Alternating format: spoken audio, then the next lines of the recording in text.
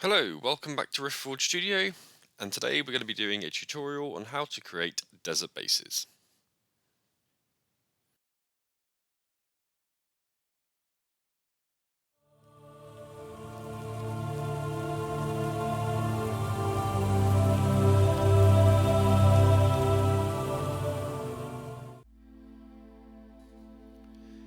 Right, so first up we have a nice 60mm base, some super glue, some Quake Crackle created by MIG, some dry ground texture paste, this one's by AK Interactive, and some GameTac PVA glue.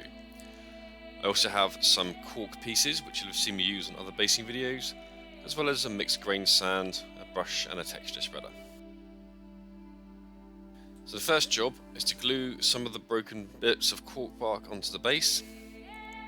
These are great for doing rocks, big or small.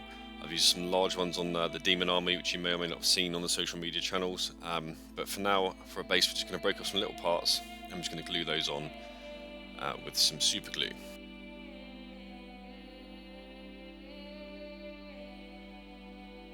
Just put them in a random place, it doesn't really matter.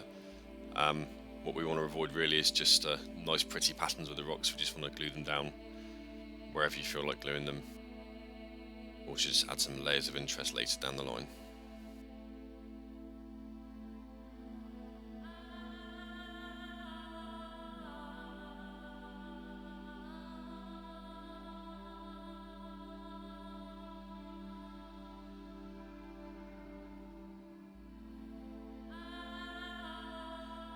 Okay, now super glue has dried, we're going to move on to the next job, which is to add a little bit of PVA glue. I'm just using GameTac because that's what I have to hand. I'm going to mix a tiny bit of water with this just to thin it out a little bit because it's quite thick. And then we're going to attach some sand. You'll notice I'm not covering the whole base, just a few patches, because we want it to be different and not completely uniform, just to make it more interesting.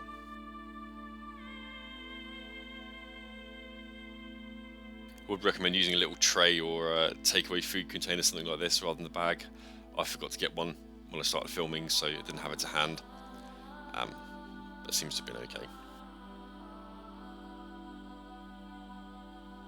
Now the PVA is dried and that's nice and solid, we're going to move on to applying the texture paste.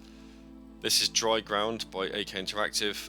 Any similar texture paste will do. The Citadel ones are fine, the Vallejo ones are fine. This is just what I had next to me in the box.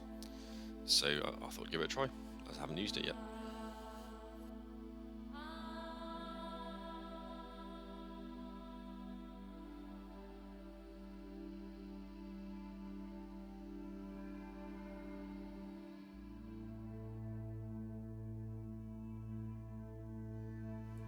Again, I'm not covering the entire base in this, just areas really where the sand wasn't, and it's okay to overlap a little bit here and there.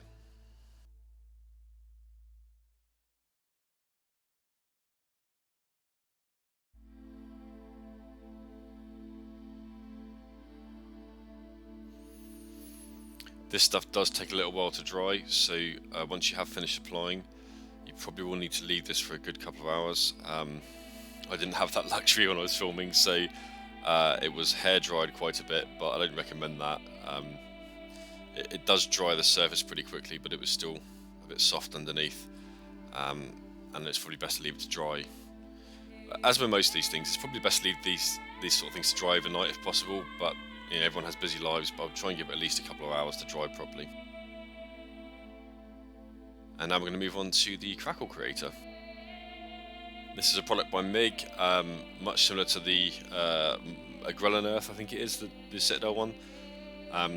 Just a crackle medium, so you paint the paste on and leave it to dry, and eventually it splits and creates natural looking cracks.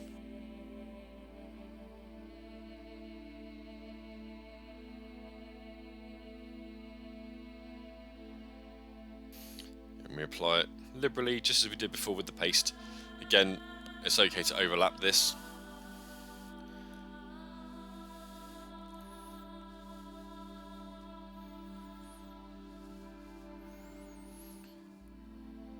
And I would even try applying it to the rocks, as I've done there.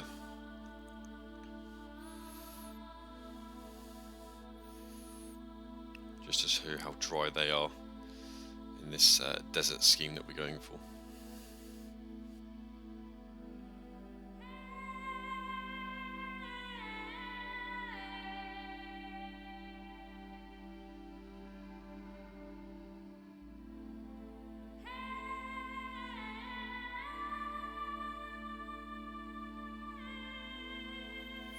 Okay, now that's fully dry, and you can see where the things, the areas have started to crack. Looks pretty effective. I've since given this a nice spray with Colourforge matte black spray, and then a white from an angle to give a zenithal effect, so we get a natural shade. And now we're going to move on to adding a little bit of Reikland Flesh shade, a little bit of Shabty Bone, and some Prosecco white dry brush. So I've applied the Reikland Flesh shade now in little patches and let it dry. Don't go over the whole base, you just want little areas here and there. And now we're going to move on to doing some dry brushing. So starting with the Shabty Bone, just to give that kind of base, base bone sort of colour for the rocks, mainly.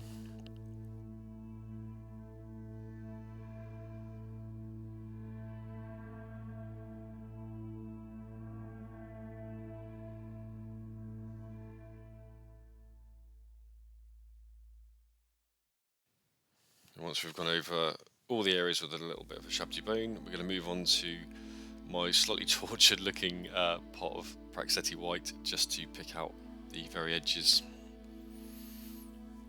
and help build up some layers.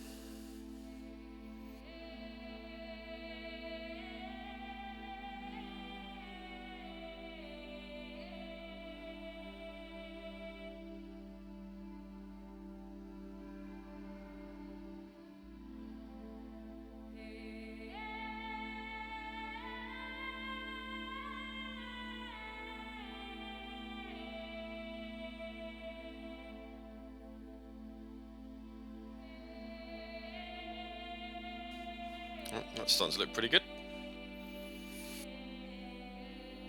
Right, now we can move on to the fun stuff. So we're applying some pigments now. We're using Vallejo Dark Red Ochre for deep sand shadows, and then Middle East Dust, Europe Earth, and Sand. I've also got my old Forge World Bone Dust. This is now out of production, but any similar colour pigment will do. And there's the Abtelung Sand pigment also. We'll be using Winter Newton Sansador thinner as our fixer, but Pigment Fixer or White Spirit will do the same job. So first we're brushing in the red ochre pigment into the shadows, or certainly into recesses where possible. This will give us a little bit of depth when we apply the other pigments on top.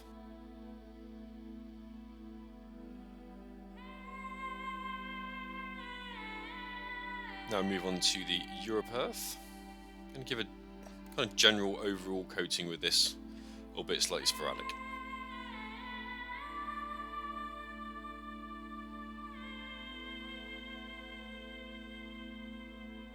I guess this is the when you wet blend paints together, this is kind of dry blending paints effectively, and then the pigments just leave them all in place. The pigment fixers, sorry.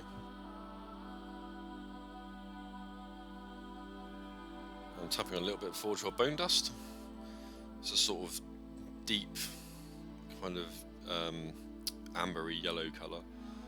There are pigments that are similar to it, but I figured I may as well use this. Get it gone.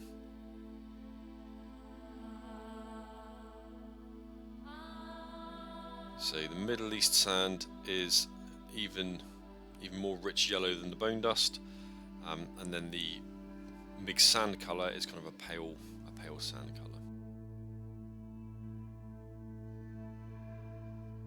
As you'll see, I've left a little bit in the centre there, kind of without too much pigment on it, just to show kind of a rocky underneath.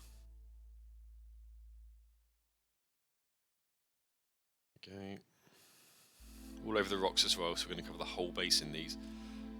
You can always come back and do a second application afterwards if you're not happy once it's dried. I tend to do one good application, but it depends on the look you're going for.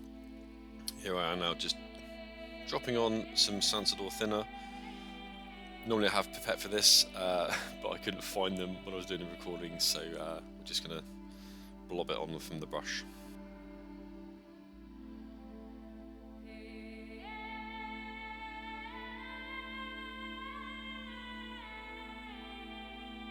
I would give this a full overnight to dry. I don't think 24 hours are necessary, but certainly a good 12 hours I would say to make sure it's all fully dry. If you like this video, please do let us know in the comments if you want to see any other basing videos. We've done a Wasteland one, we've done Marble, we've done Mars. Please let us know and we'll try and do that video for you. We also have a Patreon, YouTube memberships, as well as the Element Games affiliate link and Colourforge affiliate link in the descriptions. It really helps support the channel, so if you feel you want to contribute, then please do so. Now, I've just done a black rim on the base, now all the pigments have dried. As you can see, I obviously forgot to sort out the white balance on my camera, so apologies for the change in tone. We're just going to glue on some tufts. I'm using AK tufts. Any similar tufts will do. Citadel ones, Army Painter ones, they're all the same. They're all fine to use on this. These are just the dry shrubs clinging onto life. I tend to put them around the edges by the rocks where they won't be in pure sunlight all the time. Otherwise I think they would be much deader than they currently look.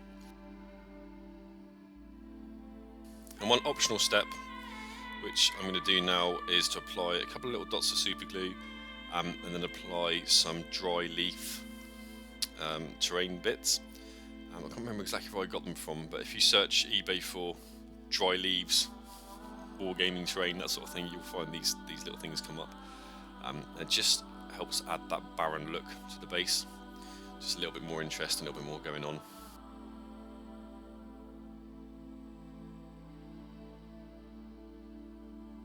Okay, and that's pretty much it. So I'll leave us still up. Thank you very much for watching. Again, please let us know if you want to see us do a particular style of base, and we'll see you in the next video.